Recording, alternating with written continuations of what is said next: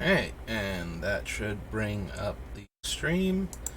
And we are going to do another draft. So I'm doing the draft early today because hopefully I will actually be going to play some Paper Magic tonight.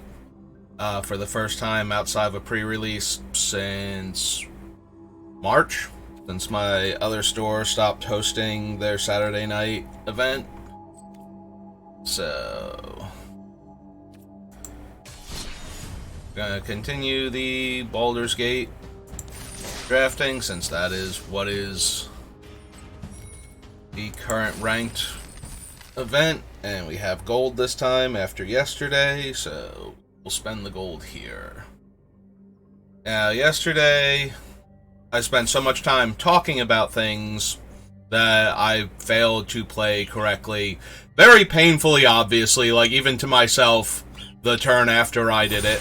So, gonna try to focus a bit more on my actual playing. It is very difficult to talk about everything that is going on and actually be focused on what you're doing at the same time. Alright, so okay. One of my more favorite cards in the set is it allows you to develop out your board and draw a card, so it's probably going to be the Cleric. Okay. Blue double team is good. Like, the double team creatures, every time I do this set and I see a double team creature, I'm kind of inclined to take it, but I think the Priest of Ancient Lore is just better, as it also gives you a card, and you don't even have to attack with it. Deals combat damage to a player, scry one, then draw a card. Okay. Yeah. A lot of okay cards. I think we're just going to take the Priest of Ancient Lore, though. Oh! Oh, hello, Black Market Connections. Alright. So, this card has some very intense life payments. It also allows you to make a 3/2 every turn, draw a card, and make a treasure. Like, you don't have to do any of these, but you are allowed to do all of them. So if you cast this while you're not under pressure, you create an immediate board state. Well, not immediate, it's the beginning of your pre-combat main phase. So the next turn, yeah, you can do all three of those things. So you can put a body on the board. Alright, so the players to our right have absolutely no interest in bomby black spells. That is apparently obvious. So this is one of the few wraths in the game in this particular set.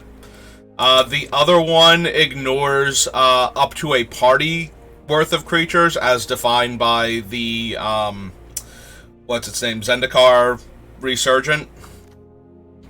So this is the only true wrath, I believe, in the set. Like, actually just destroys all creatures. And then it gives you a ton of treasures the turn after that. So we are going to take that, since we already have another playable black card there that we're very interested in. I like the double team creatures. The white card in here is only good. It's it cantrips, so if our creature trades and then we get a buff to our next creature, and we get to draw a card, we didn't lose a card by doing that. I'm gonna take the Hooked Horror, because there's only, 2 or 3 cards in the set that really wreck Hooked Horror, especially if you have ways to sacrifice him for value. Speaking of value, we have Chain Devil and the Stalwart, and I think we're gonna take the Stalwart. I haven't seen anything in the other colors to make me want to ditch Priest of Ancient Lore. I like all of the things we have in black right now. So I'm just going to take the Stalwart here. It doesn't save Hooked Horror, it can't reset him. It is perpetual, so flickering the Hooked Horror does almost nothing. Alright, we can take a cheap, efficient creature, or we can take one of the gates in our color. And I do love me some gates in our color.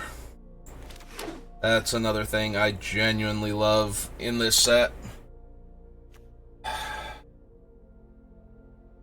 Seeing some super medium blue cards, but they're not terrible. Like this one cantrips, this one's permanent on one of the creatures. Dream Fracture is a counter spell, but I think we're going to take the Chain Devil now. It always gets, you know, a quote-unquote real creature from both players. It will not be satisfied with, you know, like the 1/1 tokens off of the Mana Dork or something. But the real creature might just be like the Mana Dork or something. Like, it's not guaranteed to hit a good creature just because it will not settle for tokens. Again, I'm seeing okay blue creatures and okay but not great white and black cards.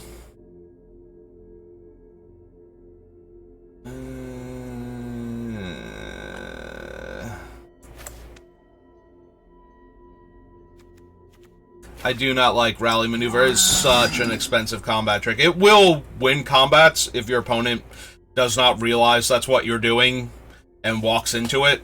But if you know it exists and you think about it for even a second at the time that they go to do the thing where it would be set up, then you know it's coming and it's a lot easier to play around. It's +2 power and first strike on one creature and +2 toughness and lifelink on the other. So you can usually either block in a way that only one of those two abilities is going to be relevant, or you can just, like, you can block one creature and make them use it, basically, on, like, in, like, a bad situation and gain a little bit of life off one of their unblocked creatures or something. But, or maybe deal you an extra 2 points of damage and they just give the extra toughness to their guy and lifelink.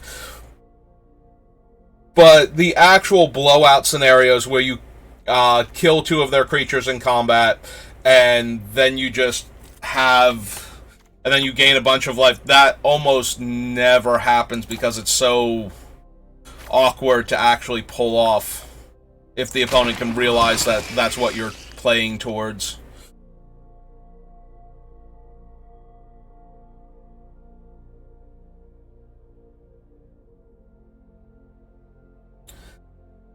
And you might be thinking to yourself, well, yes, but I'm relatively low ranked, so there's a better chance of me playing against bad players that would walk into that. And to that I say, aside from my own ability to horribly misplay the game and get distracted by talking while playing, I don't need any help beating the players that are already not great at the game. I need help beating the players that are really good at it and are going to wreck my day. I think I like the Armor of Shadows better as a trick.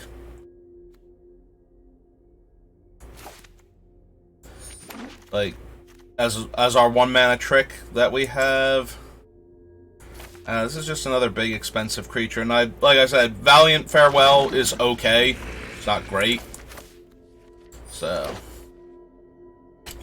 alright, so we got past, like, I think two really good playable black cards in the first cut. Ooh! And now we have opened the Horn of Valhalla. Alright, so Horn is, what, 2 white and X? Makes X 1/1 creatures. So, the Horn itself as an equipment would be, like, completely unremarkable and probably unplayable. Like, 2 mana to play, 3 mana to equip, and you have to have a bunch of creatures going on. The fact that it also lets you make the army of creatures, like, the army of creatures is the relevant half of Horn of Valhalla, but then because you made an army's worth of creatures, like, the Horn becomes kind of playable at that point. Like, you equip it to one of your guys, and now it's like a 4/4 or a 5/5. So, yeah. Horn of Valhalla, actually pretty decent. If this set did not have so many broken Alchemy cards, I would actually be excited about the rares that we have. But, unfortunately, this set has a lot of broken Alchemy cards in it, too, so... And we don't have any of those. It's not like we got past Blood Money and the market, Black Market Connections. We did not get past, like, Hourglass Coven and, I don't even know, Tasha, something like that. So, while we definitely have good cards, also we don't have any of the Sewer Plagues, which I really like as my removal spell, or even the Humiliation. Humiliation's okay. Sometimes it's really good, since it's only 1 white mana. But you do need to have enough creatures in play for it to kill things. The fact that it makes it lose all of the abilities, though, is sometimes relevant even if you're not killing the creature, if you're more concerned about, like, the card advantage from something, or the way that it can comfortably attack because of its abilities. You know, flying, death touch, first strike, double strike, those sort of things. Yeah, there we go. There's the Humiliation. Do we have enough creatures yet that I want to flicker? We have 1, 2, kind of, 3, kind of, maybe 4, kind of. Yeah, none of these. We don't really have the flicker targets yet for this thing. Every time I see this card, I am not already established in the Blink deck, where I would gleefully take that card so I could flicker all of my things for value. We do have one of the best ones in Priest of Ancient Lore, but I think I'm just going to take a removal spell here. So yeah, it's Patriarch's Humiliation, so perpetually loses all of its abilities, and then this card deals damage equal to the number of creatures you control to the thing you just took all the abilities away from. Here's something on Watch is an okay removal spell when you have nothing going on. So I guess we're going to take that one also. Yeah, we need to live and to get rid of problematic attackers before we slam our Black Market Connections and hopefully just win the game.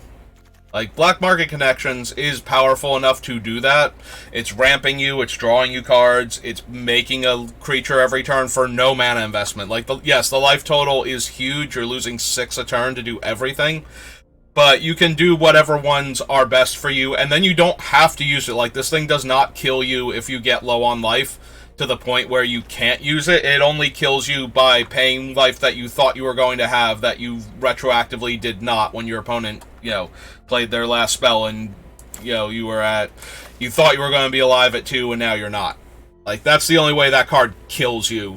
So, I really need more blink targets. I could really go for more Priest of Ancient Lore here.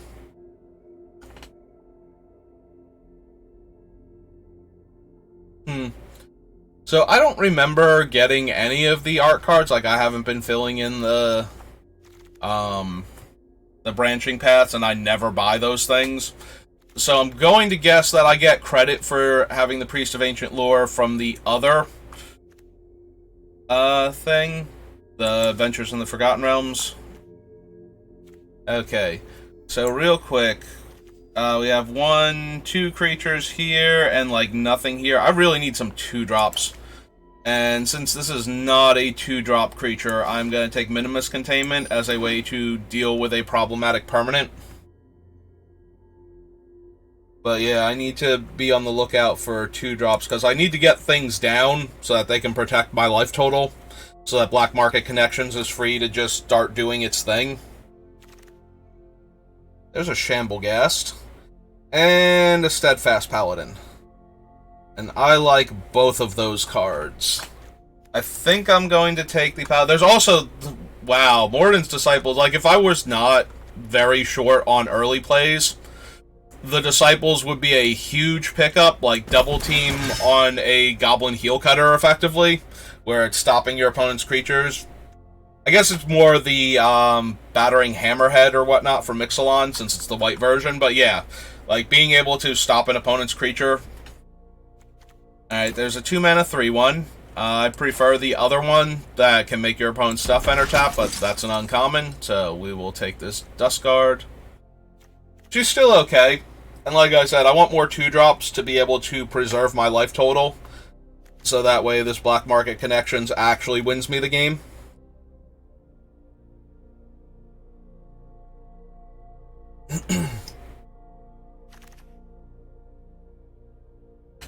A little bit of card draw. We do have a couple of Treasure Makers, So I don't mind picking this up, because you do have to sacrifice, either a creature or a treasure, but we have the treasure from Thieves' Tools, we have the treasure from Black Market Connections, so we could draw more cards, and then we have a handful of creatures, so... Okay.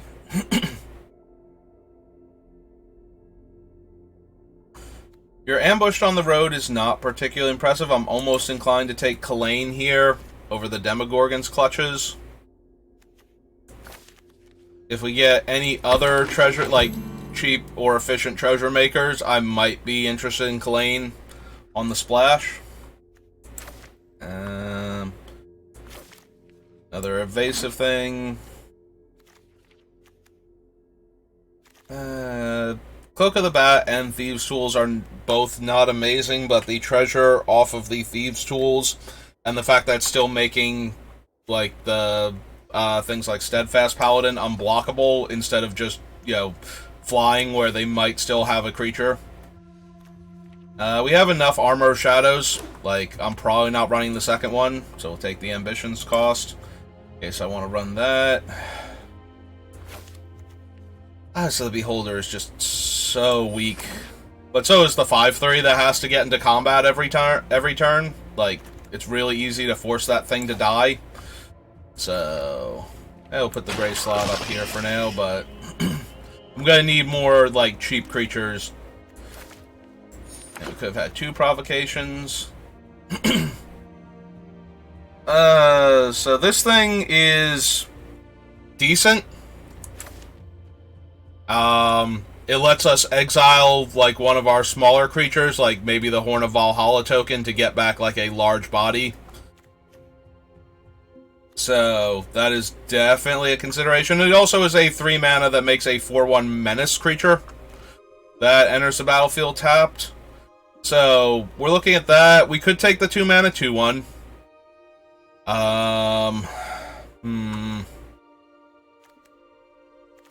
I think the rare is slightly better. The other one is 2 mana. Alright, we're gonna take the altar. Ah, there we go. Ooh. Rasad is also very, very good. Rasad is 3 mana, but he O-rings the creature until he leaves play, and if you turn him into a 4/4, when they get their creature back, they get back a 1/1 with no abilities. Ooh. There's also a high chance we wheel, like, her, or at least you hear something on watch. John Arenicus may be worth splashing. We do have the couple treasure producers that I took Kalain on the idea of, but yeah. I think we're gonna take Rasad.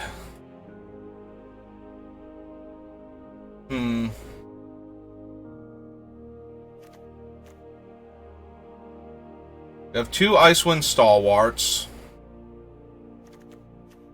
And I do hate Baleful Beholder. Or not Baleful Beholder. Sorry, Baleful Beholder. Eyes of the Beholder. Sorry. Sorry, Baleful. I don't hate you. You are okay. You are decent. We could also take the Ranger Squadron. I'm going to take the Meteor Golem because it interacts with some of the other cards that we have.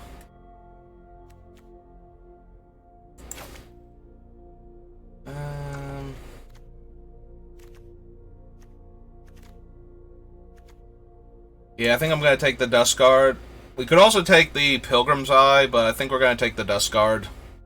I want to be able to block early. The Dust Guard gets in the way of... Again, we're choice between 2 drops and a better 3 drop. And her. She's also very good. Oh, that is only once. I thought that was only once per turn. She's still very good, but that is not as good as I genuinely thought she could double team a creature, like, every turn. Alright. Oh, we only have 1 gate, so that one's terrible. I'll take the better blocker and the life gain over the 1/1, I think. Yeah.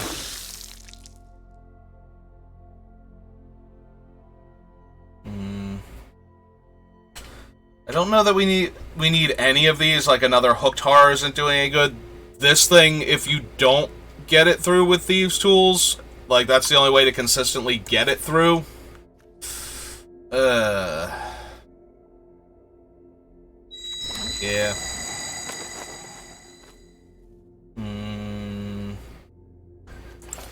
I'll take the bad removal spell. Oh, get over here, bad removal spell. Probably put the Horde Robber down here for now.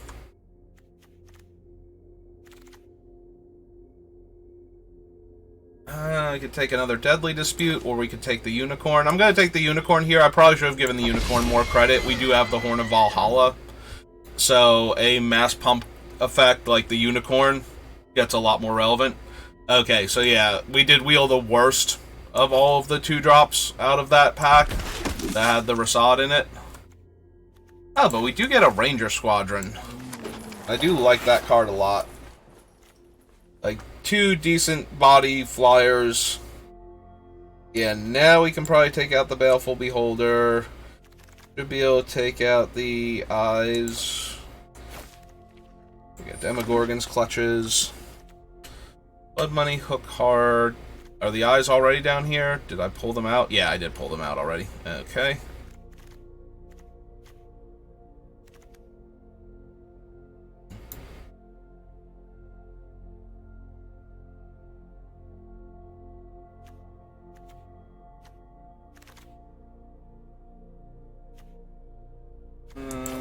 Neither one of those, I don't think. We already have 2 Armor of Shadows, so any value we might have gotten out of that card, we're already getting. Like, we're not going to run a 3rd one.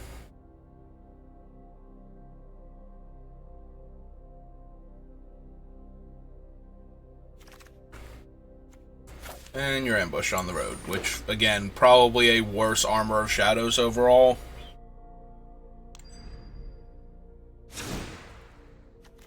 Hey, let's see what our deck looks like. We did... Looks like we got there on 2-drop creatures. I might even be able to cut them now, like some of them. I know, we only have 5, so maybe I want to cut one of the 2-drop spells then. So 1, 2, 3, 4, 5, 6, 7, 8, 9, 10. We have 10 spells. I usually like to keep it closer to 8. We can cut Deadly Dispute, which I hate. I hate cutting either of these 2. The Thieves' Tools primarily because we have 2 Steadfast Paladins that can chunk through our opponent's life and give us life to keep fueling this thing. So that we can keep it like, the longer we can keep activating this every turn to make a 3-2. Like, if we lose 1 life a turn and make a 3-2 because we're attacking for 2 with this thing every turn, I feel really good about our chances of winning almost every game that happens in. Like, unless they play the Baldur or something and can Massacre Worm us with its effect. So... the Greyslaw is probably my weakest 3-drop, so having 2 of them is not quite where I want to be at.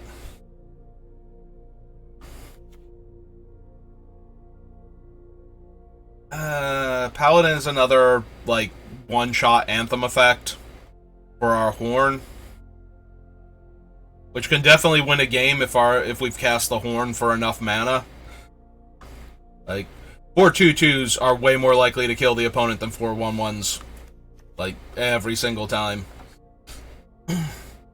Like, 4 1/1s, your opponent can very comfortably take some damage from them, but if they're all 2/2s and vigilant, that makes them more inclined to block.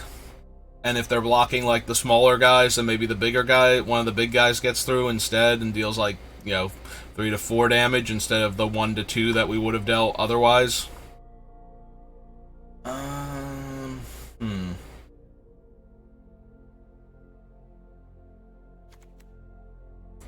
So we can go down 1 from her to 4 2-drops. still be, I think, one of these. Maybe it's just the Armor of Shadows. Maybe keep both of the 2-drop spells.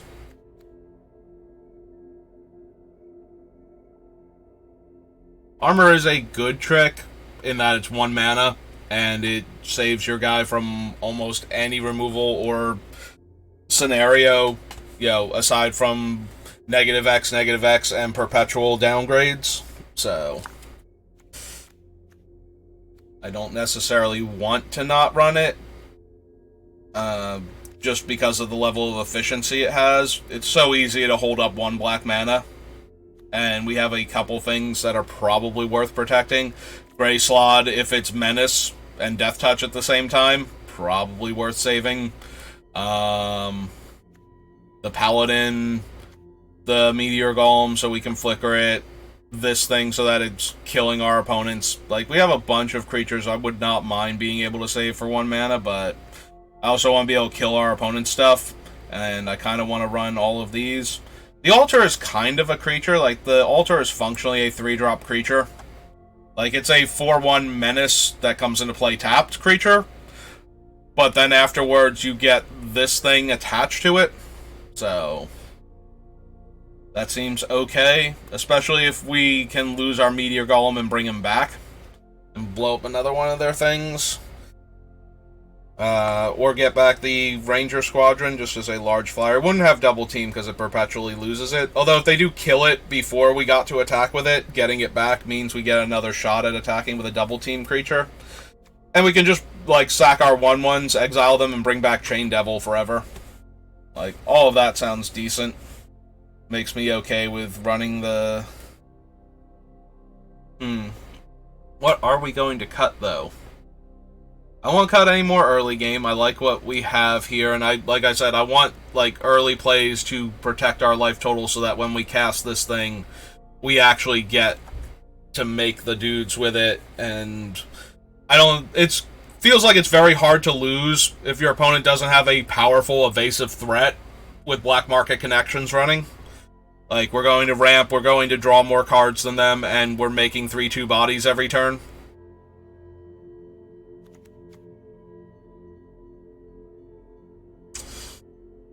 Then what are we going to cut? With only 2 cards that need to come out.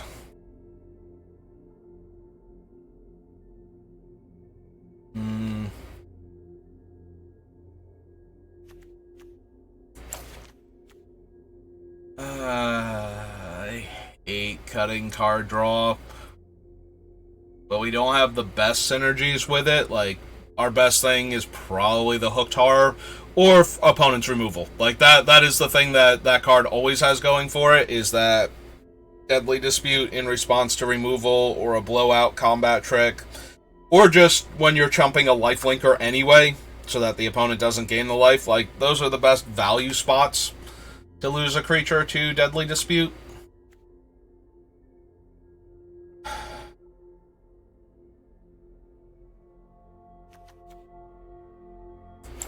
Maybe it's that. Maybe we just use the Steadfast Unicorn and the Horn itself and the Altar as our ways to get value out of the 1/1 army that we can make.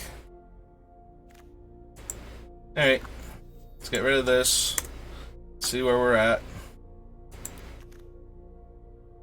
So we're not running 1 copy of her. We didn't bother with Pit Trap. And we're not bothering with the Cloak. Then we're not bothering with Clutches. Alright. Let's see how this goes.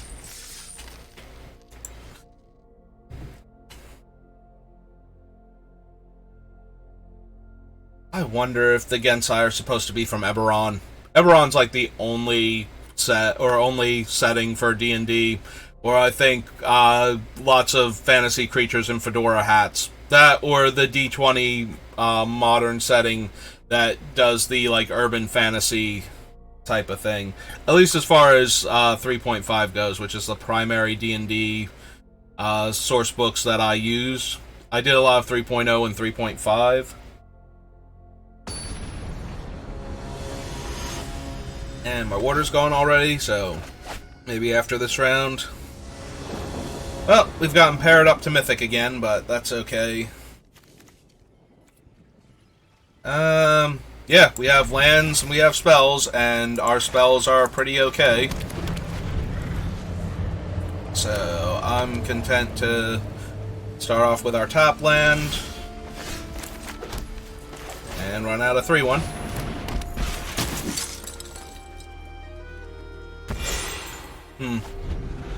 I felt like there was a bit of a pause. Our opponent might have the Patriarch's Scorn. That could have just been a lag in the computer, though, because if they hit the skip turn button, though... Ah, hey! One of the creatures I would most like to be able to block. Actually, because this will be a 3-2 from the boon, they're not going to block here because they want their 1-3 copy. So... let's play out another Plains. And cast out the Steadfast. And now the Steadfast is a 3-2, so they will have to spend their mana pumping their creature to trade with it, if they want to. Or they can just have Portable Hole. That works. They do still need a land, but they probably have one. Unless, yeah, I was going to say unless they were really, really banking on top decking a land here, so... and didn't get there. Alright, let's play our second Swamp. I'm gonna keep racing them then. We'll see if they want to trade their 1-3 for our 3-1. Because that reduces the amount of damage they can attack back for. We can make 2 1-1s.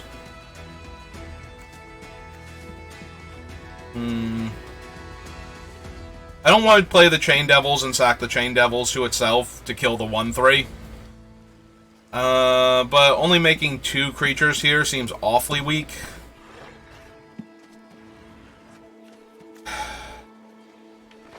One, two, three, four, 5 cards in hand, and we'll effectively have 2. Effectively, we'll have 3 because of the Ranger if it attacks. Alright, I'm going to cast out the Chain Devils. We're going to kill their other creature. So that way I get 1 more soldier token the turn I cast the Horns effect.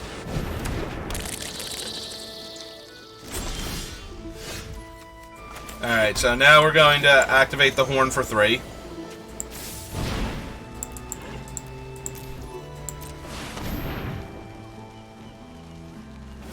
Follow that up with the Ranger next turn, and then the Horn... well, then the other Ranger, then the Horn, most likely.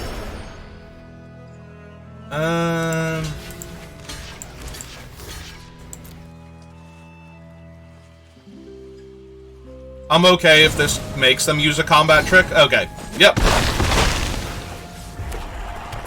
And now they cast out their Hippogriff. So they're already impossible to block Flyer, or impossible to block Menace Creature is now even more impossible to block than ever before. And they used up their indestructible combat trick. So...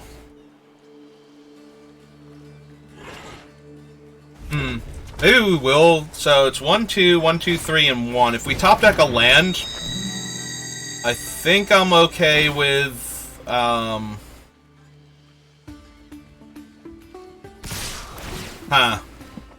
Oh, that's true. It is Menace. I'm gonna take the damage here so that I can get the trigger. Because if they have the deal 5 damage to like a blocking creature or attacking creature, then I at least want to get the benefit from attacking with our Toucan first. Let's follow our nose.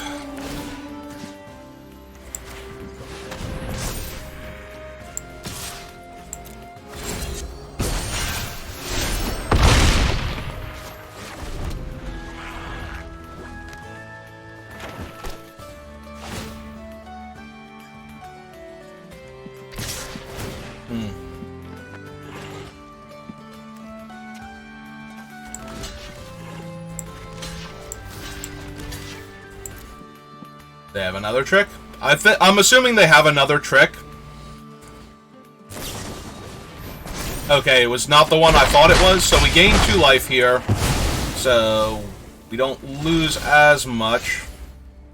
That's actually an okay draw, letting us drain life from them. Yeah, but they are definitely...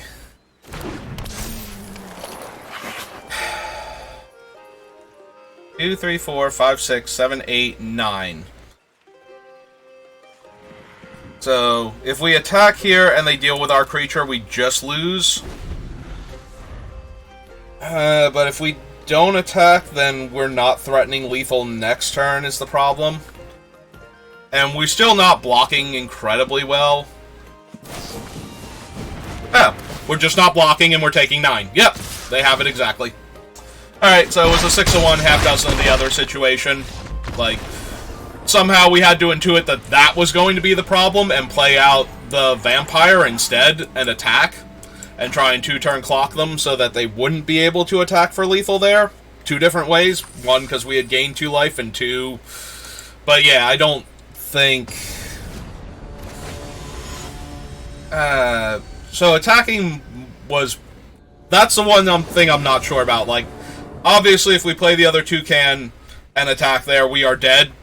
Because they will... But we were dead anyway, because they had a way to get 2 blockers out of the way. I'm not 100% sure. Oh, good. We drew another 6-drop. Yeah, I already kept a questionable hand. I'm letting myself get distracted by talking about the game again. And so, yeah. So, hopefully we draw a cheap creature. Hello, Rasad. Thank you for showing up. Your participation in this game is most welcome.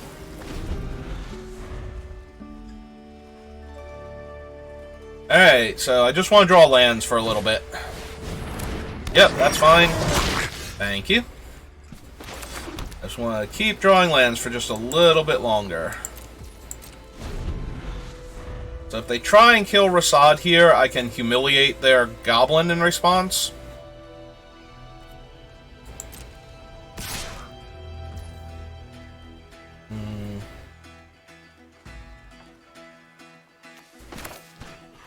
See, the problem is that if they like Dragon's Fire or something here. Alright, then let's go 2 blocks. We'll trade Rasad here, and hopefully I will top deck another land. And if they went for a combat trick to save the goblin, then we humiliate it and kill it, and then we untap. But hopefully we just draw a land here. Especially if our opponent is bricking on land. And we just kind of overwhelm them. Not quite.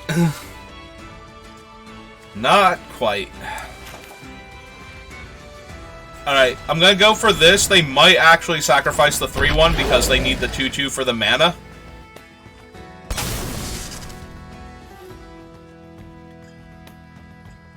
They might keep the 3-1 because it has more offensive power, but oh, okay, they are keeping the 3-1 for its offensive power, so that means that any creature that we draw turns the Patriarch's Humiliation back on as a way to kill that. They did draw their 3rd land. They did draw a powerful creature.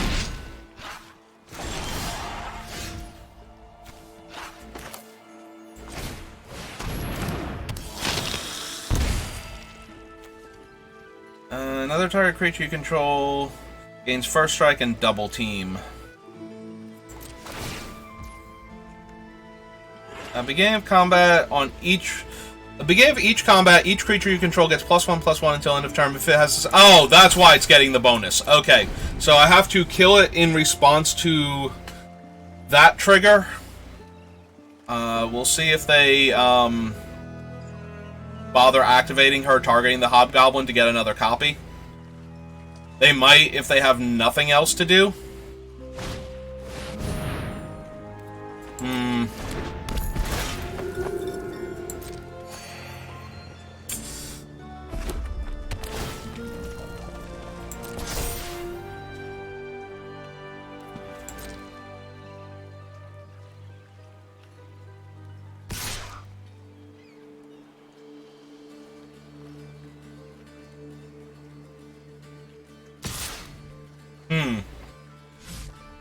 I was gonna say, that's super odd.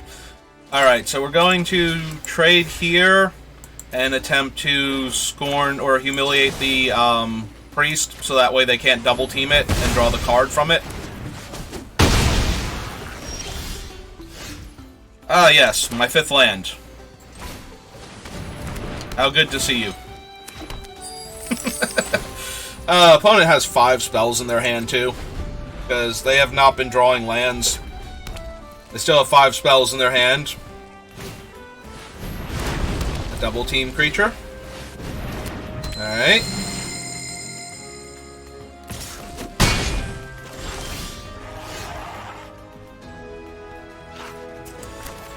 Alright.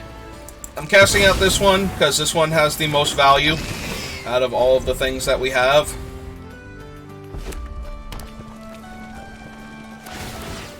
Now we're 2 mana off of casting, like, our toucans, though, and...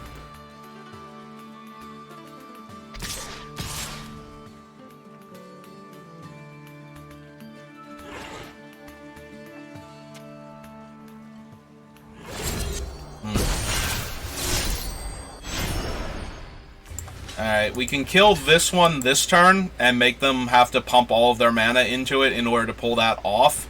And then the Hooked Tar will still be big enough to trade with Lyra on the next turn. Yep.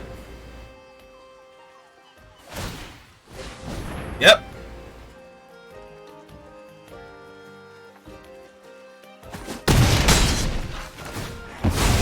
Alright, so we killed the one Gensai. Our thing comes back. Their other one. Land is good.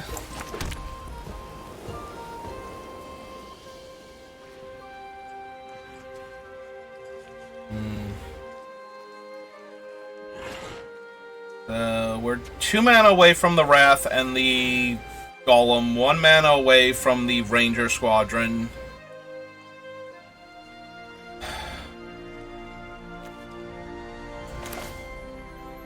And the Gensai is going to get a power and toughness boost from, what's her name?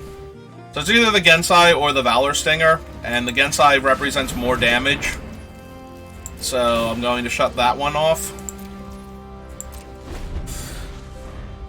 There is a very real chance that now they play like Wrathful Red Dragon or like one of the Mythic Dragons. And I'm just going to be up against it, but...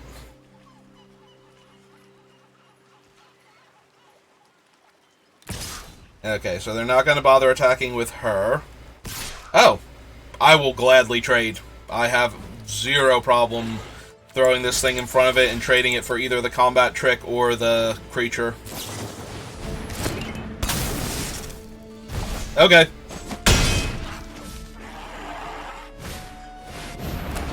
Ah! To make that cheaper? Yeah. Ah! And sacrifice the treasure that I gave them. Alright. I'm gonna need some running lands now. In the meantime, there's that. Yeah, unfortunately the Gnoll is a double team creature. Although if I'm really lucky, what'll happen is they will attempt to double team it here, and we'll draw an untapped land next turn. So, like, if the Ranger Squadron survives, that's even better, but it's not even essential. Like, our primary goal here is to stop ourselves from dying to the Gnoll. So, hopefully we take, like, 2, 4, 6, 7 damage. At worst. Like, the Hooked Tar is going to block... Okay, so they're going to make that... So, conjure another copy. And it gains first strike. But if these are the only 2 attackers... Okay.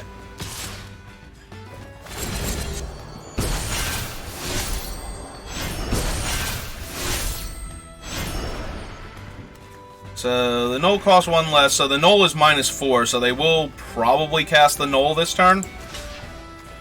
So I'm inclined to block there, and block there, save the most damage.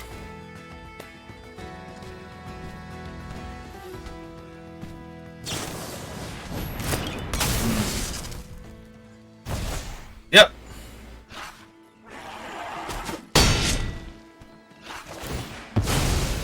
Can they still cast the Knoll? Because if they can't, that's actually going to be a minor problem for me. I think they can, though. Yeah, okay. So we just need an untapped land here. Alright. Alright, so we attack with this, get the double team.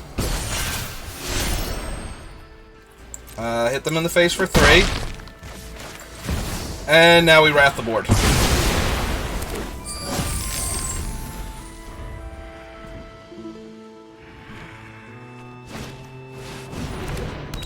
Alright.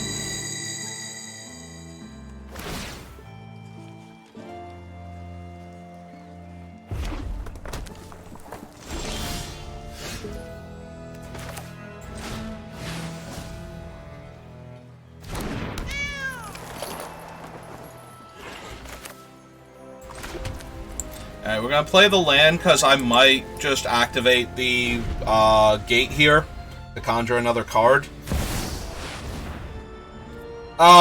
They still have the other thing available. Oh, that hurts a lot, actually.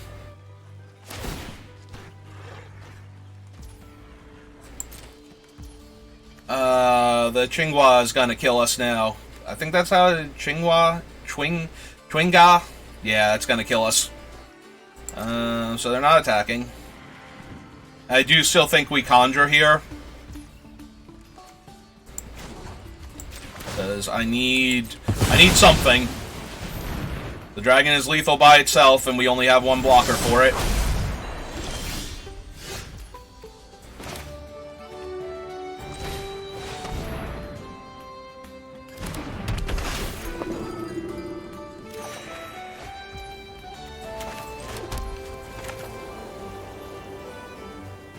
Alright, we're gonna force them to bounce the dragon. Because that is the play available to us right now. We do have 2 of the stalwarts in our deck. So, now we just need to draw one of them.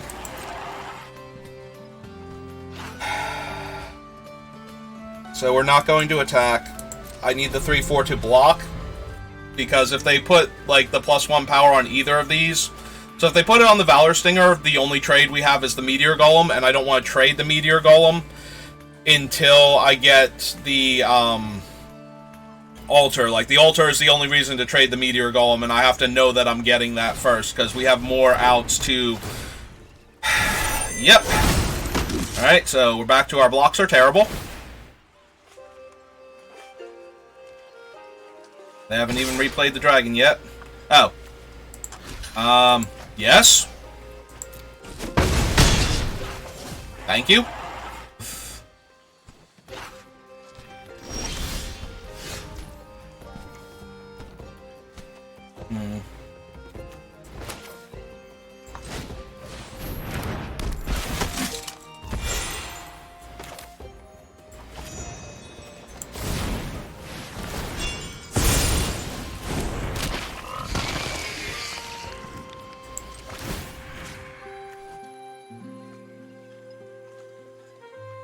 Yeah, we'll put the thing on this and beat for 3. Because we need to do something to get them in range if we don't top deck, so... Like, it's almost impossible for us to force any kind of action here that will result in us winning this game, but... Alright. So they can haste that up instead of playing out their dragon. Is that their plan? Is their plan. Okay. And then they have 2 more activations to pump the Goblin. So we have to block the Goblin token and the Valor Singer and the Battlecry Goblin. Or if they put the +1 on the Soldier, then we have to block the Soldier too, but... And then let the Valor Singer... Okay, so they're putting it on the Valor Singer. So if they attack with everything and make the Goblin token, we do have to kill the Goblin token and the Goblin. Like, those 2 are basically force blocks here. So we must kill this. We must kill this. And we will kill this. And take 2, go to 1.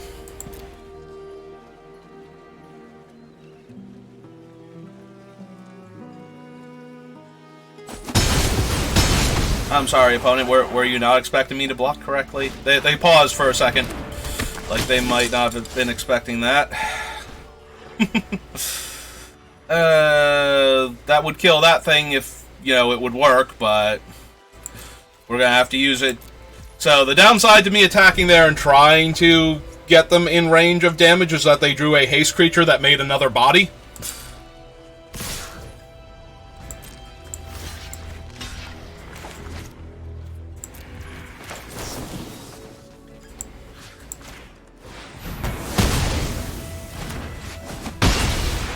Alright, if they play the dragon, we just need to top deck the flicker thing. And then hope that the other card in their hand is actual garbage.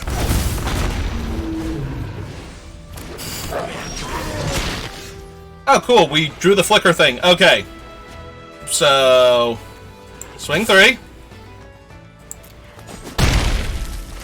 Cast this. Blink that. Meteor Golem this.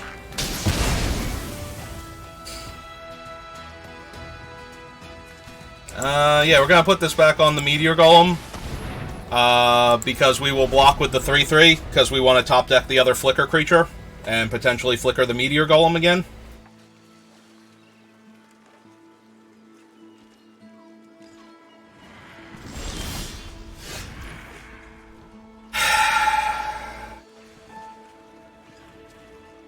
I hate doing nothing, because they could just have a burn spell. Alright, I hate doing nothing because they could just have a burn spell, but yeah, if they have one removal spell, then we just die here. So...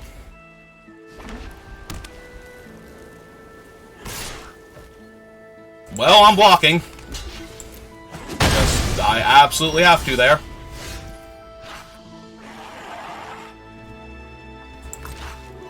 Swing 3. Cast this.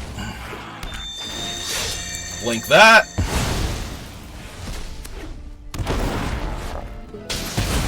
Kill their last non-land permanent.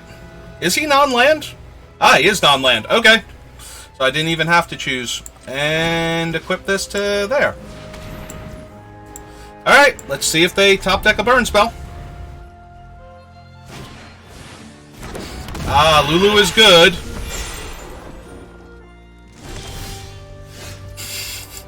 Ah, yes, the perfects.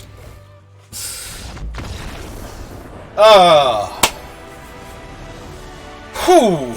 That was a tight game. We had to get very lucky there. And I almost allowed us to die by trying to get in 3 points of damage there. To be fair, they had to top deck a haste creature that made another attacking creature in order for that to have been bad. So there is, like, the goblin and maybe one other creature that is even kind of capable of, or like one other card that is kind of capable of doing that in this game, like in this format. So, you know, I don't think that was too aggressive. Obviously, in hindsight, it almost got us killed, so, and we had to get excruciatingly lucky afterwards. And, oh, we're playing against an actual WotC employee, because their name is Mythic Orange. Wizards Doc's awesome. Wizards Doc awesome. Okay. Well, they have mulliganed. We are keeping with our vampire spawn on turn 3 into potentially Icewind Stalwart turn 4 to flicker it. Alright. I wouldn't mind top decking one of my 2-drops though. That is a lot of unicorn.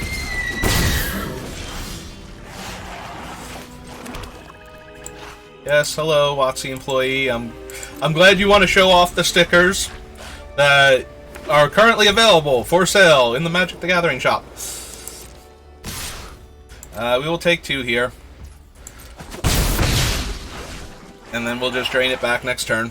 They are down to 3 cards in hand, so while they have deployed threats and played land every turn, like, I think our spells are significantly better and will take over the game.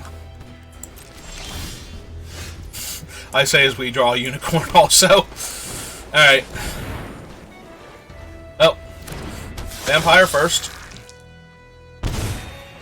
as it inherently holds off their unicorns for the time being. I guess if they attack, we assume... Okay, they're not attacking, so no combat trick, so that's good. So no combat trick also means probably that this will work. And then we can play our unicorn. And our steadfast paladin. Okay. Alright, now losing their creatures buffs that thing. So we do have to be a bit careful. But... Alright, so since that thing is almost basically a 3-3 on this board anyway, if they want to trade it, by blocking with it in the unicorn, I will be okay with that. And if they don't block, then we get to play out our 3-3 and drain them for another 2 here. And develop out our board so that way the, you hear something on watch, which is also an anthem. I thought of it more as a removal spell, but it is also an anthem. Will threaten to kill their things. Okay, so we're going to humiliate that.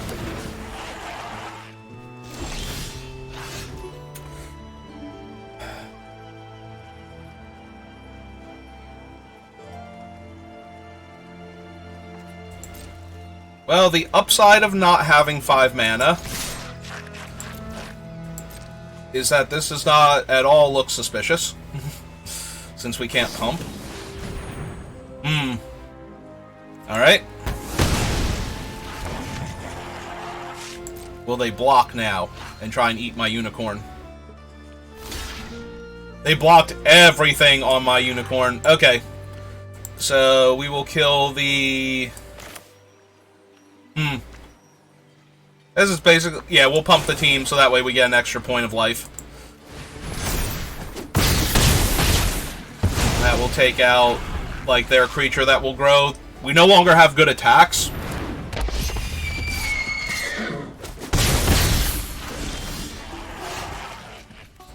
Alright, well, I'm perfectly okay trading my 2-2 for their 3-2. That can grow. We haven't seen their other color. They might have 3 spells of another color just rotting in their hand. Like, they've been stuck on 3 land for forever. And they've decided that that is good enough. Maybe they don't want their WotC players beating other players. So, you know, before I decide that I'm getting frustrated not drawing lands and the board state's too even, they're going to concede to me. Just in case I'm one of those more hot-headed players. Oh, thanks, WotC employee. Or maybe they just, you know, their lunch break is over.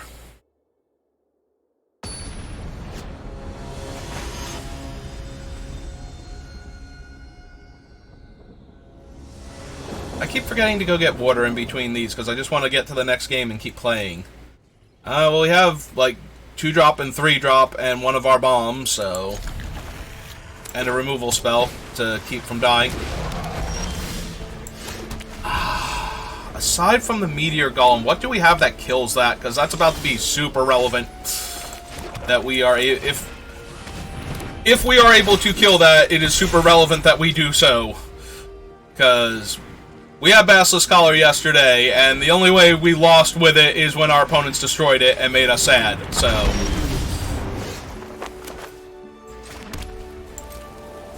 Alright, I'll attack my 3-1 into their looter.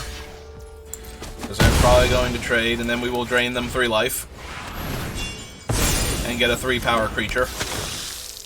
Or not drain them 3 life, drain them 2 life. Yeah, increasing his power does not increase the amount of life that we gain. Oh! Oh! They are a good creature. They are a potentially very, very good creature.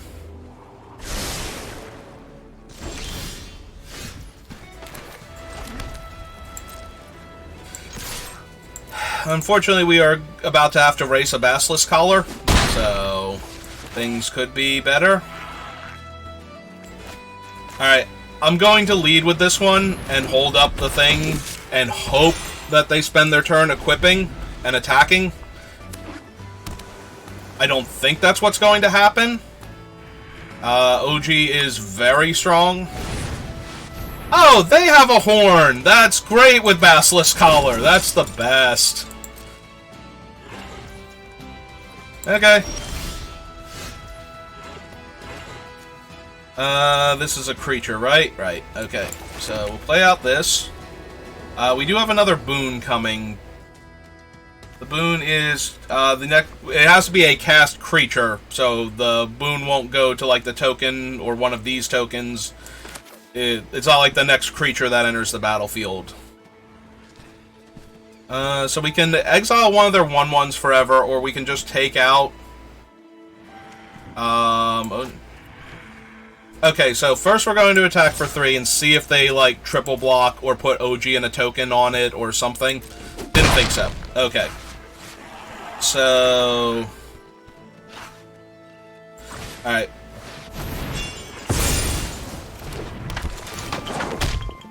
So we're gonna exile OG so they don't get the extra scries. This does run the risk of them killing Rasad and getting free scries and life off of that. But I don't think we're in the best place to, you know, mess around with that. I think we just need to get in there and deal damage to them. They have 2 Horn of Valhallas! And a Basilisk Collar. This is silly. This is dumb. Opponent, no. Why? Why would you do this to me? Alright, so we're going to make our 1 toughness creature unblockable here. And get in for 3. And then we are going to be so sad when they play both Horns of Valhalla and equip them to 1 creature to give it +8 or not +8, like +16/+16, and Death Touch and Lifelink. Because that is where we are headed right now. That is the sequence that is about to happen.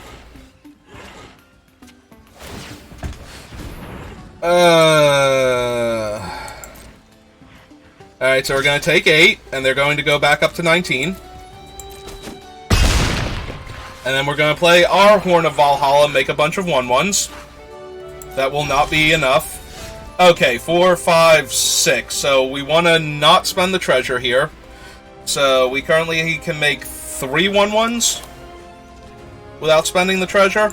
So that's what we're going to do.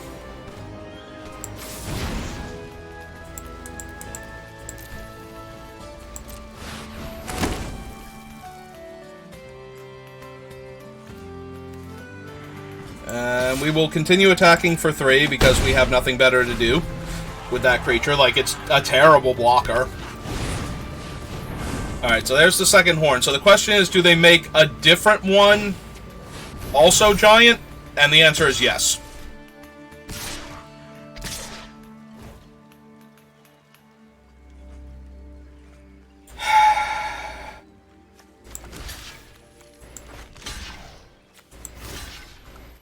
Alright, so we're going to block the 16 damage for right now, not go to the point where either one of those things is lethal.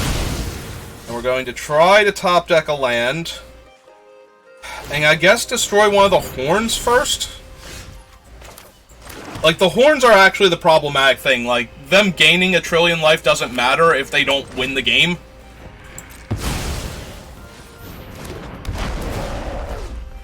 So, yeah, let's destroy one of the horns first.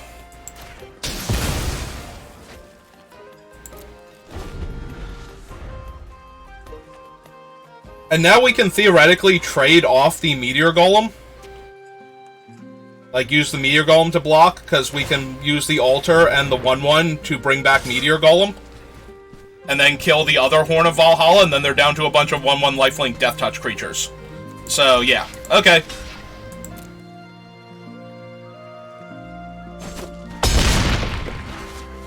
Right, it's not sacrifice a non-token creature. Exile a creature you control. Alright. Oh, they're gonna exile our Meteor Golem because they figured out that we are planning some kind of shenanigans. Ah. They guessed correctly that we did that one specifically. Well, that's unfortunate. That is extremely unfortunate for us. Okay.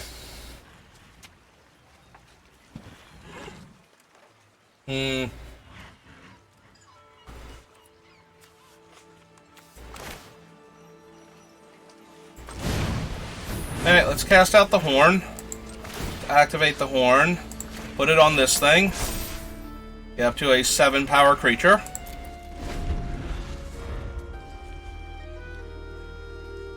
They have an answer for our 7 power creature now? Alright, they're gonna go looking for an answer. Yeah, this game might be over very soon. Unfortunately, they did sniff out the Meteor Golem block. I think that was, like, a reasonable guess on the opponent's part. That it was Meteor Golem, that I was planning to recur Meteor Golem somehow. Because I am in black, and therefore could easily have a couple of different ways to pull that off. Do we want to trade our 10 power worth of creatures for their 1/1? And do we have a choice? Probably not. Like, this is going to just chew through us, though. We have way too little time to find anything. Unfortunately, that does make our horn worse. Now it only gives +2/+2, so...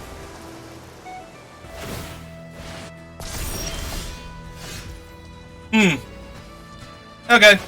That's actually a super helpful top deck. So, let's take out the horn. And let's get this on an adventure and make the skeleton. Because we're going to need some bodies. And since we've preserved our life total, we're not forced to put Rasad into combat with anything if we don't want to.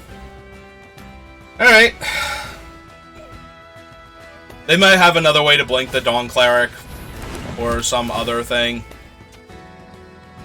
We're going to get rid of our 4/1. Yep. Alright. I mean, it is what it is at this point. Okay. That's all the cards out of their hand, though, so... block there, we take 5, 6, 7, 8, 9. Go to 5. Yeah, okay.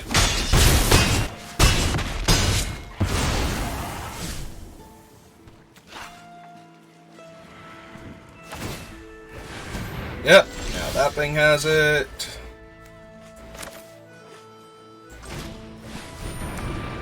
Okay, let's play out our lifelinker. This is 3 to equip. Alright, I'm just gonna hold up that you hear something on watch then at this point, because we're going to need...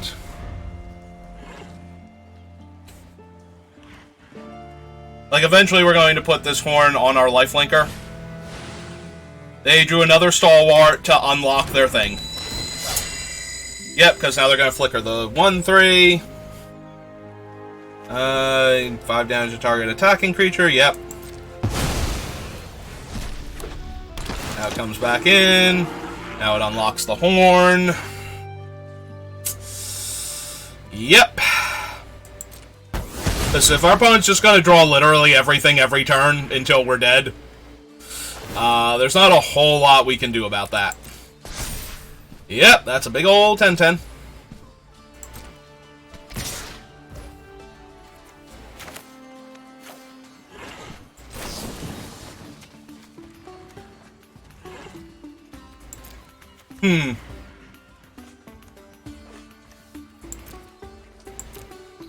If we make all of these things bigger, our 3/3 can eat... Or our 3/3 can trade with that, and our 3/2 becomes a 4/3 and eats that. And we gain more life? Yeah, okay. So, we're gonna buff our things then, and then we're going to go to block, so... Now that eats that.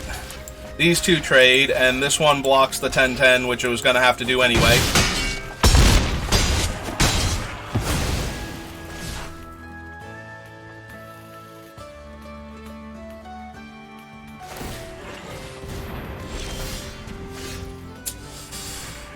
Yeah, okay, we're just dead. Our opponent drew everything that... Like, we actually drew the stuff that we needed to in order to stabilize that game. And the opponent managed... Like, I don't know what I was going to do with that Meteor Golem besides block there. Like, we never drew our Stalwarts. It's not like if we had drawn the Stalwart next turn, I'd be like, oh, now it's a terrible play. But, yeah, no, I think setting up the Altar of Ball move was our best option there. And it just didn't pan out. So... that one, though, they just played a whole lot of bombs. Like, almost all of their things profitably interacted with our stuff and gave them a massive board state, and we were just not going to win that game without getting lucky, and we did not. Or we did, but they got lucky. They stayed lucky while we got lucky. So... alright, what would you like to have come into play, tapped opponent? Is it my swamp? They've chosen the Priest of Ancient Lore. Alright, that's fine.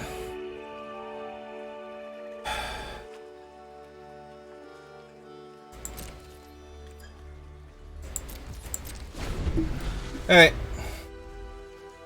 They don't know about the humiliation. They know it's not a creature or a land. So we're going to go for the block and try and trade our 1-drop for their 2-drop. Okay. Alright, they play out Lulu. Lulu's fine, relatively speaking. They don't know about the plains. We'll play out the swamp since it doesn't super matter on this turn. We'll play out the plains next turn. We can't block Lulu anyway, so... you know, even if this wasn't our best play, this was still our best play.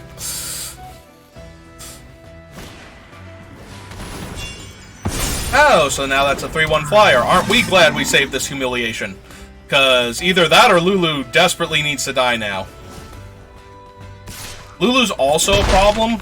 Like, she is actually not a joke here. So...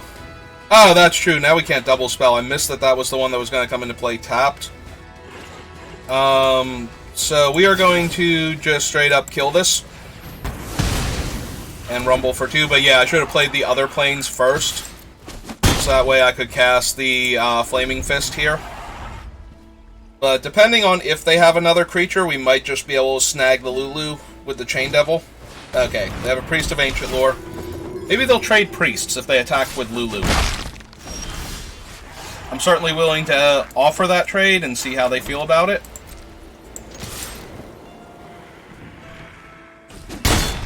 They have declined my generous offer. So we shall run out a 3-1 and make our 6th land, so that way we have the potential to either Toucans or Meteor Golem next turn.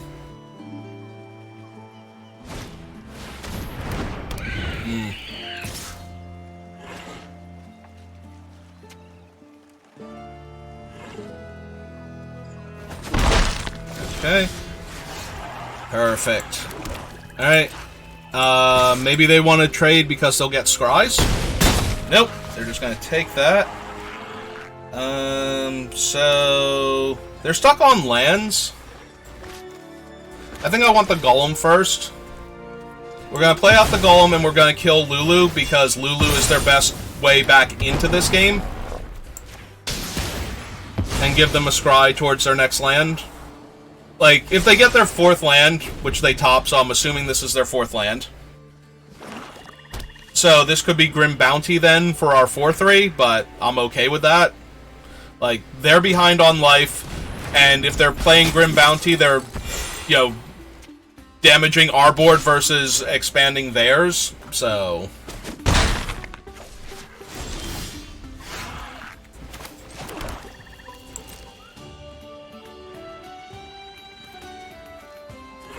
Alright, we will offer the 1-for-1 trades on our 3-1 and 2-1 for their 3-1 and 2-1, see if they want to take those.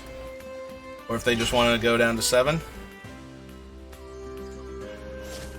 Okay.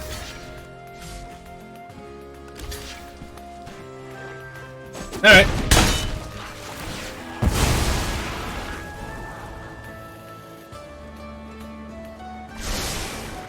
Get to the bottom. And now we run out our Toucans. That stops their aerial offense. And if they can't kill this thing, gives us another body next turn. Oh, they're going to start looking for answers now. So they do get a scry before they draw. So they didn't like the first card. So I get 2 more looks. The downside about them still having the Flaming Fist is that it gives them a creature to sacrifice. Like, if they play something awesome here... Oh, we still get to attack with that, though, if they don't have anything. That's a 3-power creature, but it's still only 1 toughness. Oh, this is going to be good. We get to attack with our O1 to get the extra copy, and then we get to sack it to the Chain Devils. Alright.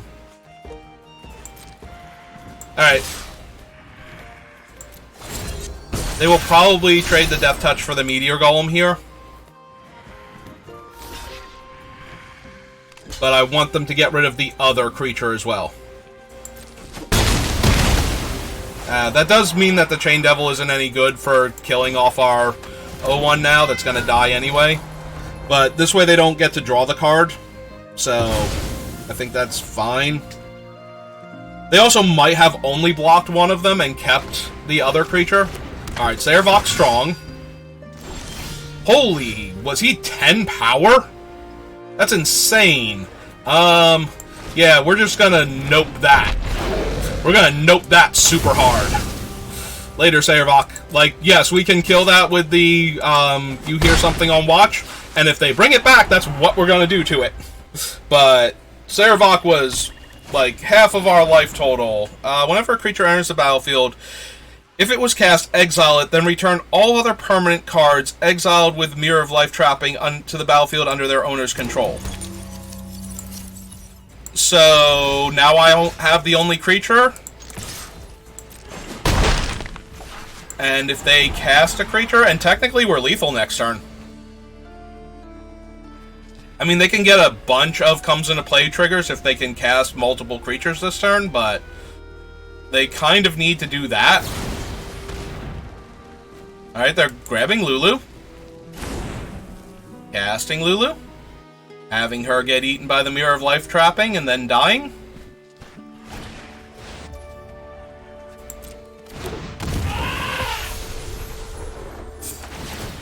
Mm-hmm.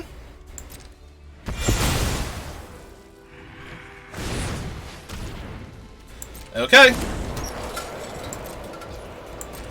So the Scorn only takes away abilities, so this should do it.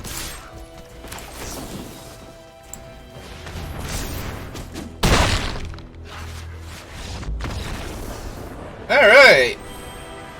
Good job, us.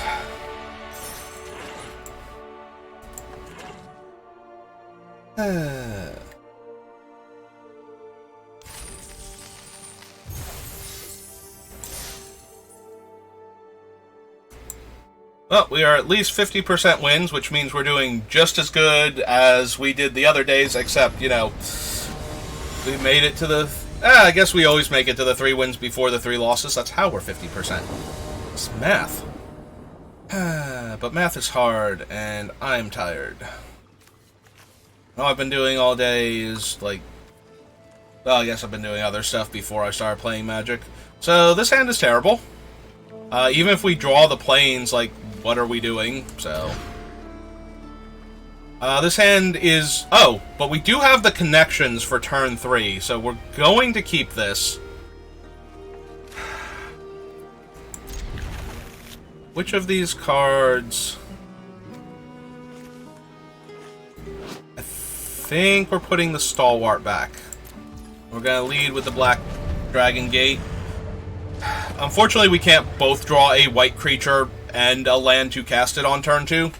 So, and I don't think we have any white 2-drops in our deck. So, we're going to be leaning hard on this Black Market Connections next turn. Oh, 3-power creatures like the worst here, too. Because we have nothing. Now, next turn, we're going to be able to make the 3-2 and a treasure, so we'll have Humiliation up also. Or Rasad. But we're going to take 3, and then we're probably going to pay the 6. So we're about to go to 11 here. 1, 2, 3.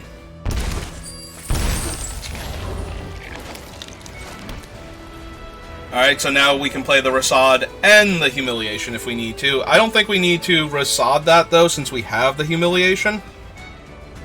And a 3-2 already. So we are going to pass the turn here.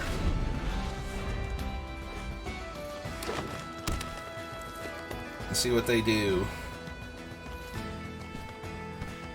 My initial inclination is just to block with the 3-2 when they attack, and see if we can get them to use another card. Alright, so that's a 4-3. So still dies to our thing. They're going to blink that, and enters the battlefield. It gives you the boon. Alright, for the sake of being mana efficient, so that, because we're only going to have 2 white mana. Alright, so we did get a way to drain them too. So I think we just want to make the 3-2 here. Play out our land. Drain them 2. And then we're going to Rasad their 4-3 out of our way and attack them for 3 here. So if you notice what my board state looks like from when I did nothing until turn 3 and played a do-nothing enchantment, this is why this card is dumb. Like, this right here, this card is actually actively dumb right now. We have a massive board state because we played 1 card. So we're gonna play Minimus Containment this turn. So, let's see. We're gonna exile, we're gonna take that out of contention. 3, 6, 7, 8, 9, 10. Put them to 5. I think we want another creature is the thing. I think we need the treasure so that way we can do Horn of Valhalla nonsense. But first things first.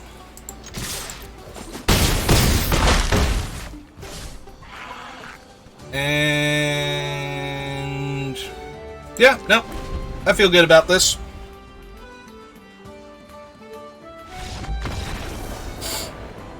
So yeah, that is Black Market Connections. That's what that card does. If you ever get that card and you're looking at it going, this is an awful lot of life to spend on a single enchantment every turn, it does that. That's what it does. So if that looks like something that you'd like to do in a game of Limited, draft Black Market Connections, and yeah. Every once in a while, you're going to lose a game because you played it. But it might not be for the reasons that you think. You might overpay, you might also underpay, where paying more life and getting more stuff at the time would have let you win the game. So, take it, play it, be a little careful with it, but not too careful, because it will win you the game in exchange for a whole bunch of your life. So yeah, don't be afraid to take that card and run it, because it is actually really powerful. This hand is acceptable. We have a 2-drop, a 3-drop, and 4 out of 5 mana for our 5-drop. So that's a yes to everything we got going on. I think I'm good on land, though, because we only have the ones... Oh, no, we do have 2 7-drops in our deck, so I guess I'm not super good on land yet. I'm acceptable on land right now. So let's attack for 1. Or, attack for 1. Attack with our 1 creature, 4-3. Drain them the 2 damage that they're going to get to deal to us when they attack. And present another 3-power threat.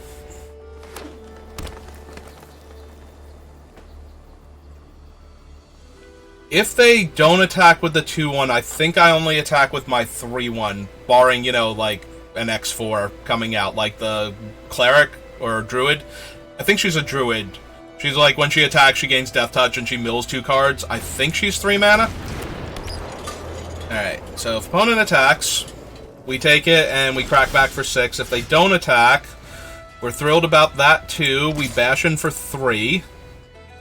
And now they're trading their awesome death touch creature for something that would have killed anyway. And we're running out of 2/2 lifelink. We're going to try and gain some more life, so if we top deck our awesome enchantment, we just win. Is this Owlbear? This is Owlbear. Okay, Owlbear's fine. We're going to play our horror now. Okay, now I think we have enough lands. Like, actually enough. You can stop, game. I'm good. Please, no more lands. We did make it to 4 wins, so... Oh, hey, there she is. And she's a 4-drop. Okay. Well, that's a lot of death touch.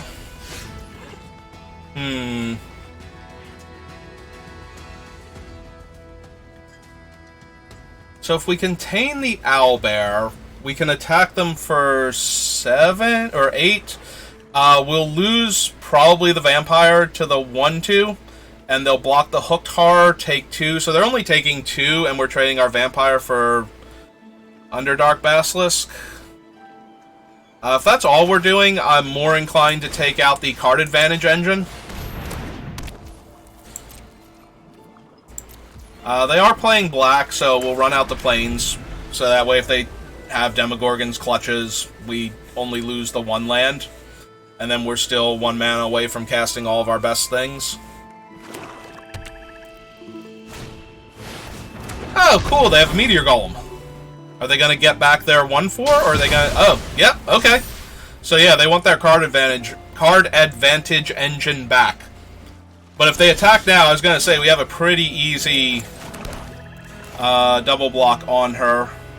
Alright, so we currently have 3, 4, we're going to make 5 1/1s here. Sounds legit to me.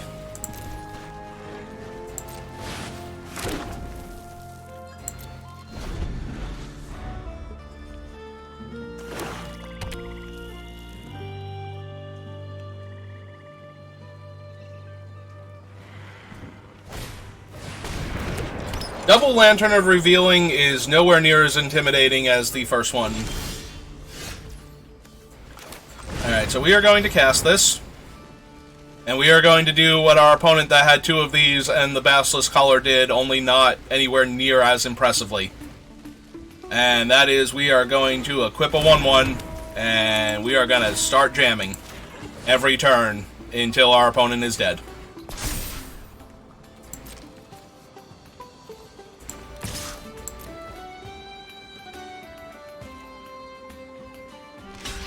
Yep, that's the easy one.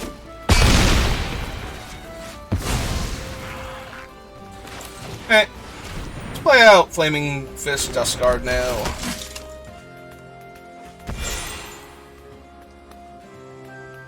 Gonna activate your lantern? Yeah, you are. And you need to. Get a free land out of it. That's good. Drew another land. That's good for us. The free land was good for them because it got a land off the top of their deck. The free land, or the drawn land for the turn, is very good for us because now we just get to rumble constantly. Here you go, Hooktar. Now even if you die, you just come back, and it doesn't diminish the bonus our horn grants at all.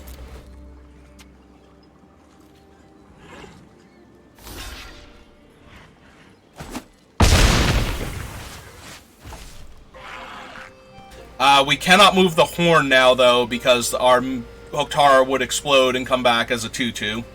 So we're just going to pass the turn here. That is important to note. If we move the equipment and our Hooktar that is base 3 toughness has taken 3 points of damage, our Hooktar will die here. But they only get to do that 1 more time. Oh, okay. So now they can bring back the Meteor Golem, similarly to the thing that we were planning on doing that one time. So we're down our Horn of Valhalla, but our board state is still, like, good enough to hold off everything that they're doing. Bit unfortunate, but That's okay. We have other cards in our deck that will also allow our large army to be more impressive.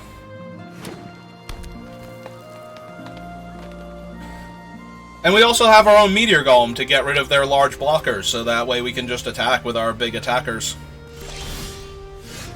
Manor Gate is a fine draw. If we're going to draw land, that's the land I want in this position.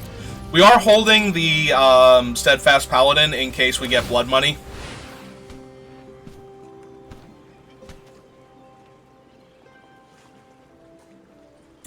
Opponent has a total of 19 cards left in their deck.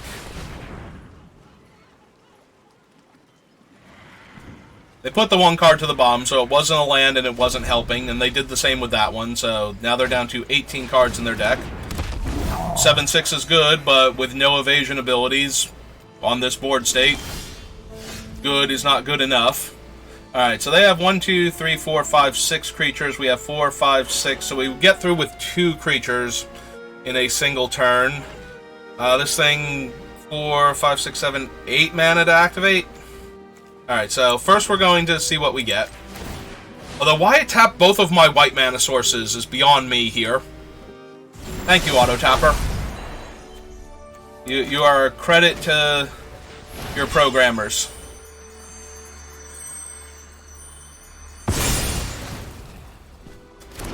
Yeah, we could have played the Steadfast Paladin this turn also. Alright, well, we did get the Stalwart, so if we can top deck our Meteor Golem, we can begin Meteor Goleming their things. They liked the card they saw, and it was not a land. So this is a spell.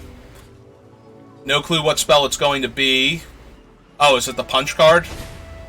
Ah, it's another Hill Giant. Okay, that's fine.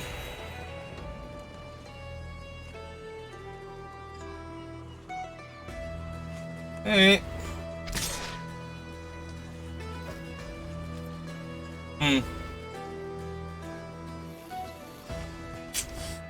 That's true, they're not gonna get, like, much better attacks here than this. They have no cards in hand, though, so we are downgrading our Hooked Horror and losing a 3/1 to kill a 7/6, and I'm very okay with that.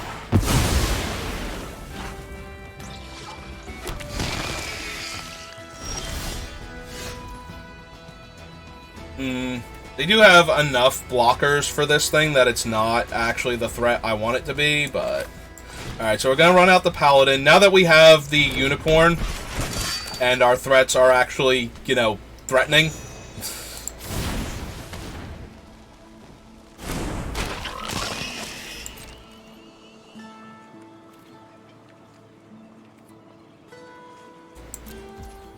Actually, it's 4 to activate the Unicorn. So yeah, we're going to play the land then. So that way we have the Unicorn activation, which lets us trade fewer of our creatures for their creatures.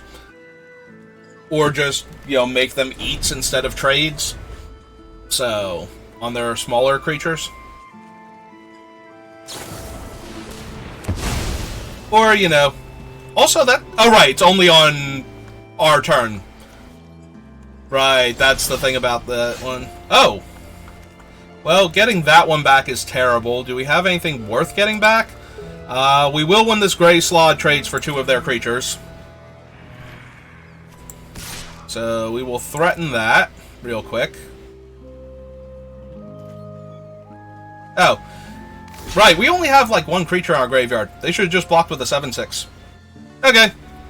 Well, that's alright. We still got 2 of their creatures. What am I doing? That was so bad. Alright, so... Oh, now it wants to tap all the black mana for the activation and leave me with some white mana to work with. You know, now that I'm definitely potentially casting a black spell and activating it here. So yeah. Okay.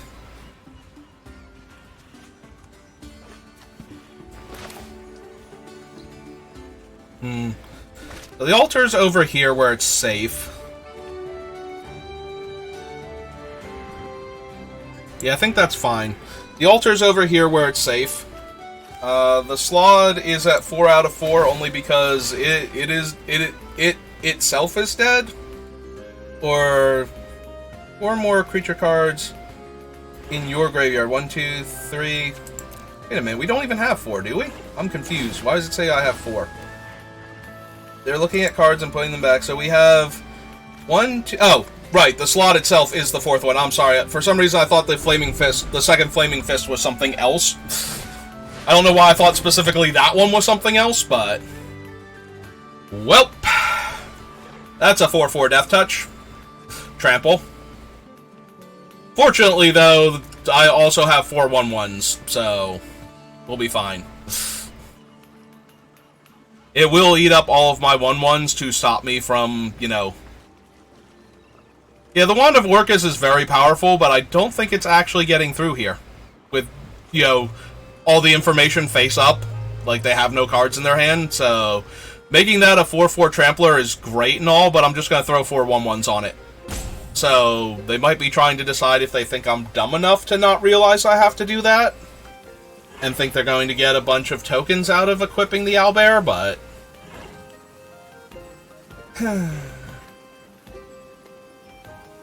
It will eat up my 4 1/1s, which are great sacrifice fodder for the other things that I can be doing. But, you know, what are you going to do?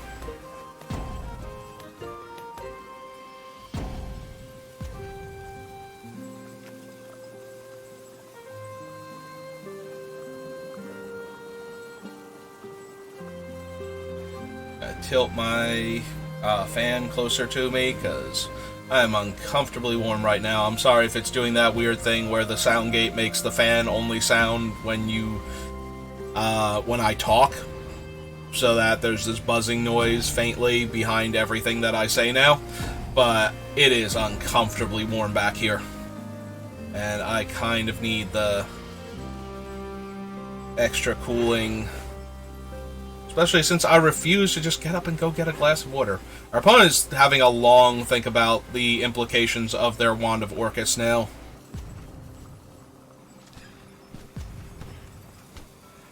And what they want to do here.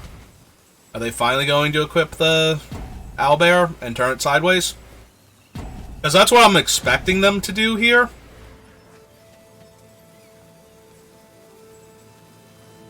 Because I think that's the most potent thing that they could do, is force me to block with all 4 of the 1/1s. The other option is to put it on the Hill Giant.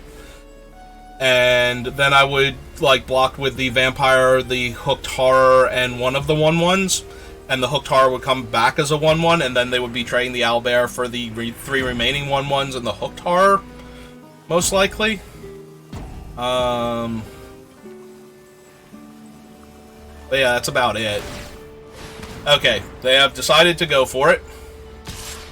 And, okay.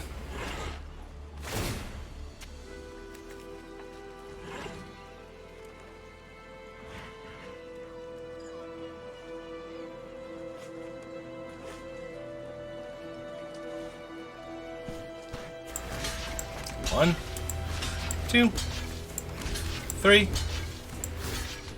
4. And we trade 4 1/1s for their 4/4 Trample Death Touch that makes creatures if it damages us, and thereby take no damage and they get no creatures. Seems legit to me. Well, she already had Death Touch when she attacked, so I don't know that that's necessarily better. So we have no good attacks right now, unfortunately. I still kind of want to save the Stalwart in case we top deck the Meteor Golem here. So 5, 6, 7, 8, 9. This will be 10. So we'd still be 1 mana short of activating. Alright, let's get the Altar of Ball down.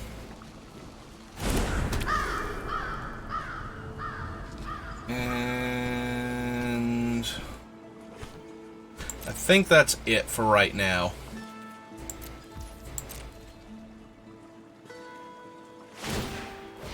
Alright, they're gonna Lantern again. Get a Swamp. So they drew, they're at 13 cards, 12 cards.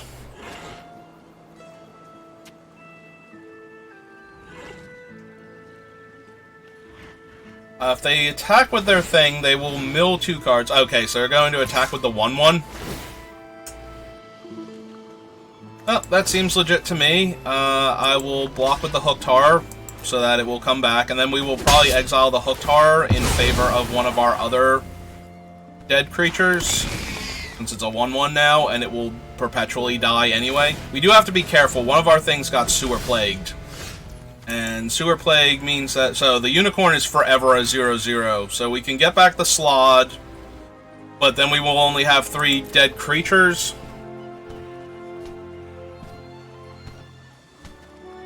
I still think that might be correct. Also, we can attack with the 4/1. So... I don't think they would block, though. Their blocks are terrible, but I don't think that, like, there's nothing forcing them to block. So, that's kind of off. Yeah, I think the Slod, though, is better than the Hooked Horror now. So, we'll exile the Hooked Horror to upgrade it to from a 1/1 to a 4/1. And play out the Swamp, because now if we top deck Meteor Golem, we actually have enough mana to double Meteor Golem with our Icewind Stalwart.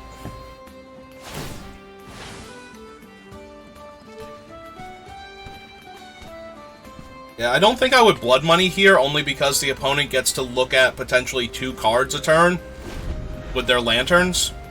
So, and all they need is like 1 creature better than mine, and all of a sudden we're like at death's door with their stupid Wand of Orcus. So they liked what they saw. It's currently up in their hand.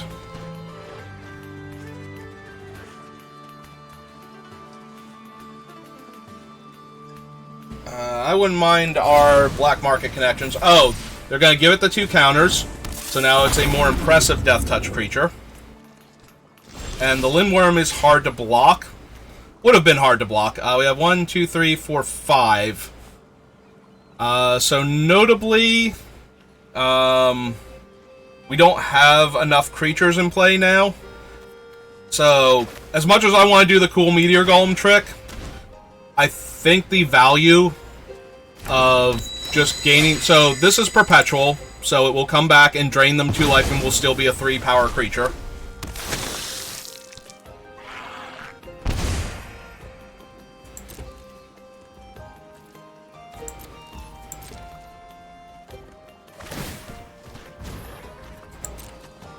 So we have 16, they are down to 12 because of all the extra lands. They do like what they see. This is another card going to the... Okay, another Owlbear.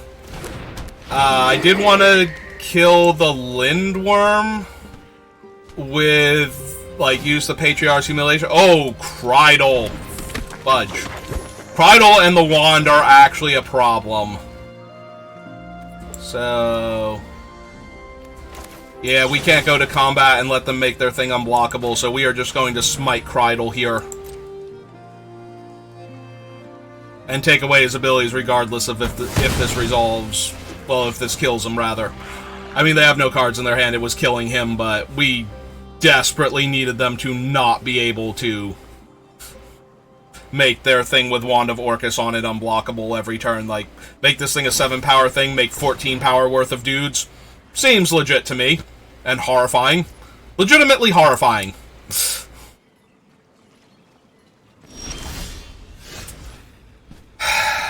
And we keep drawing land. Yeah, unfortunately, now we're trading real creatures for the Owlbear. And then we're going to get very quickly clocked after that. So this might be the end now.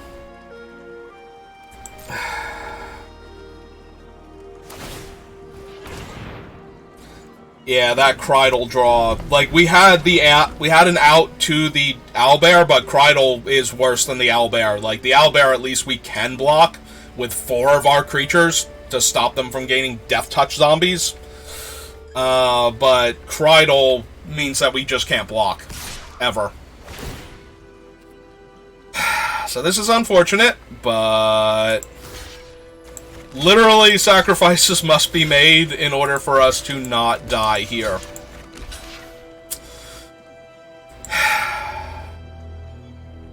Yep.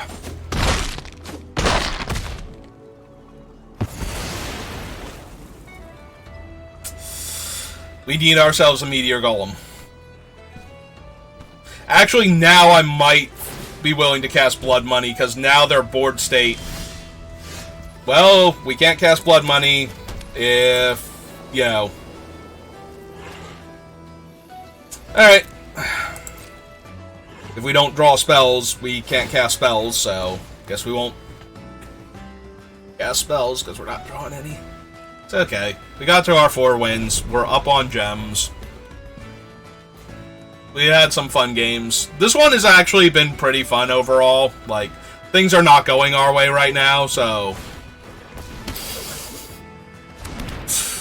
Nice. Okay, so they only got lands, and they're down to 5 cards in their deck. So we can take 17 and go to 11 and actually kill the thing with the Wand of Orcus on it. Which gives us a few more outs than just the Blood Money. A Muralist. The land. But yeah, we want the Blood Money now.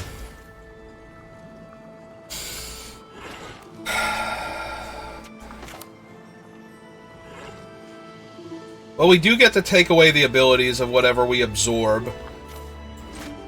So, I suppose we're casting this out.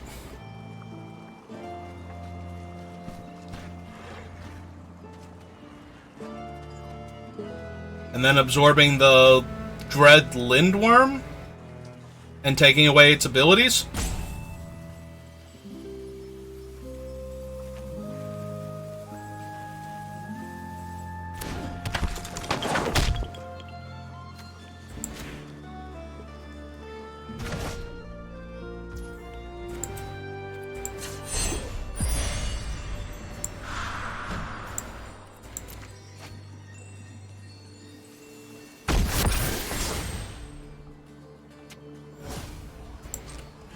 I mean, we're still dead to a removal spell, but they might not have any left. I think they've seen all of the cards that are in their deck now.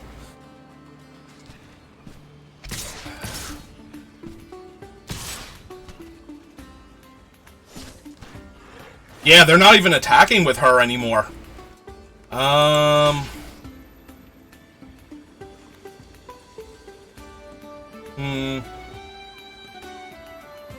4 puts me to 7, which makes both of these lethal, and they get a ton of tokens anyway, so yeah, we're just still going to trade for the Muralist here, and go to 4. I don't think we have anything else that can kill the Hill Giant that doesn't just wipe the board, but...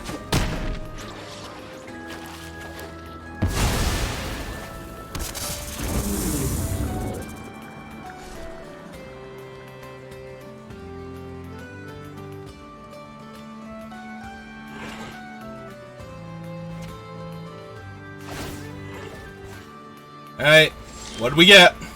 Thieves' Tools. Perfect. Alright.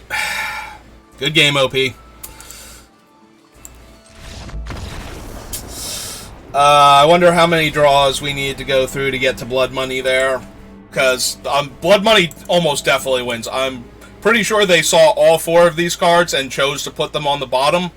Which means they are... maybe creatures, but probably lands that they... Well, they would have put lands into play, unless they were worried about decking, but yeah. Okay, so we had outs. We did not see any of them. Meteor Golem, technically an out. We smite the Hill Giant Herdgorger, block that, go to 3. And that would mean attacking with that, which would leave them with 1 card in their deck, so that would give us more time, but yeah. Unfortunate. Alright, at least I feel like I played those games better. I'm still making obvious mistakes, but I distracted myself with all of my talking away from them, as opposed to distracting myself from the good play and realizing it later. This is going up on YouTube, so feel free to come over to SBR_BLD on YouTube, where you will be able to find me over there as well. We'll open in the packs real quick. Apparently I got one from yesterday, too, so that's neat. So, let's see what we got. We got Caddy Bree. But yeah, I post these videos over to YouTube as well. And if you're watching them there, I am SBR_BLD on Twitch as well, so you can come watch me record these live.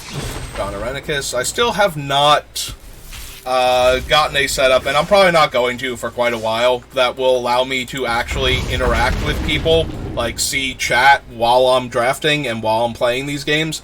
So if you come by while I'm drafting, chat will be in emote-only mode, just to make sure nobody shows up and starts acting a fool.